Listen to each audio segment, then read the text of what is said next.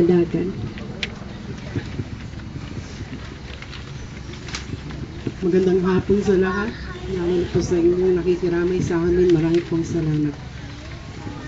Si nanay nabuhay po na ang lahat ng what the Lord has given to her, He has treasured everything. Her life and all the things that the Lord has given to us. She treasured her life for almost 87 years and to 87 and almost 88 by December 30. She has also treasured education, and that is the legacy she left to all of us. In fact, she has grandchildren in the different countries abroad.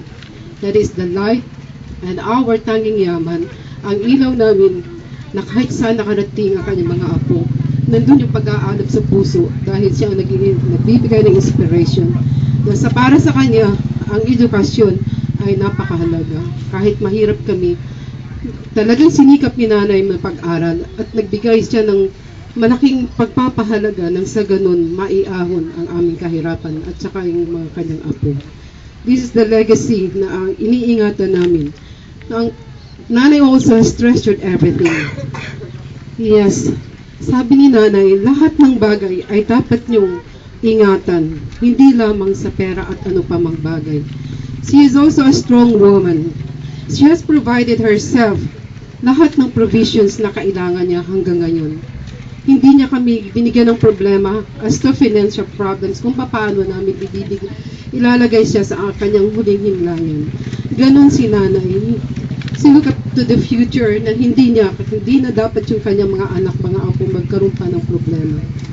Oo, naiintindihan namin si nanay kung minsan, bakit kung ganun? Sa ngayon, lahat ng kanyang ginawa ay maliwanag na yung pala ay may kahulugan. Na lahat ng bagay na binigay ng Panginoon ay dapat pahalagan. She is a very good steward and a strong woman.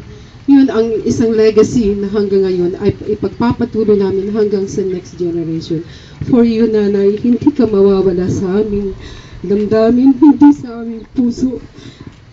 Dahil alam namin kahit nandiyan wala ka na sa aming piling, yung pagmamahal mo ay isang magsisilbing gabay at mag-aalok sa dapat namin patunguhan. Mahal ka namin, nanay. Marami pong salamat.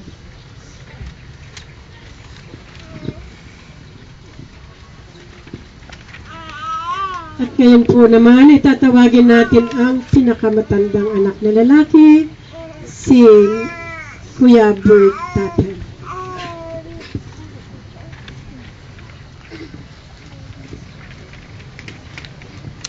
Magandang hapon po sa inyo lahat.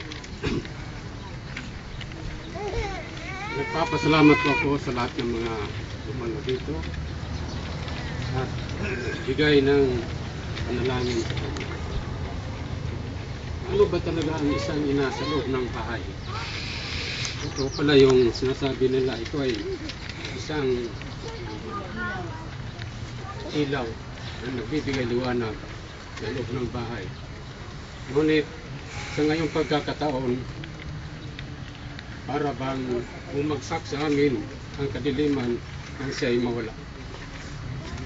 Marami siyang habilin sa akin noon na huwag mo kong pabayaan. Oo, ito. Sabihin mo lang sa akin ay anong gusto mong gawin namin at ibibigay namin siguro sa iyo.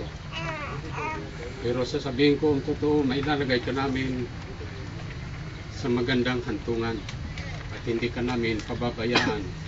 Nandun kami lahat magkakapatid. Yan ay pinangako ko hanggang siya ay nawala na sa amin. Ito lamang masabi ko sa inyo. Maraming salamat sa ating mga pinsan na dumalo mula sa malayong lugar, Surala, at sir kay Mayor Grapilo na pinsan nandito ngayon. Maraming salamat sa inyo. Thank you, Kuya. At awitin po natin ang In His Time.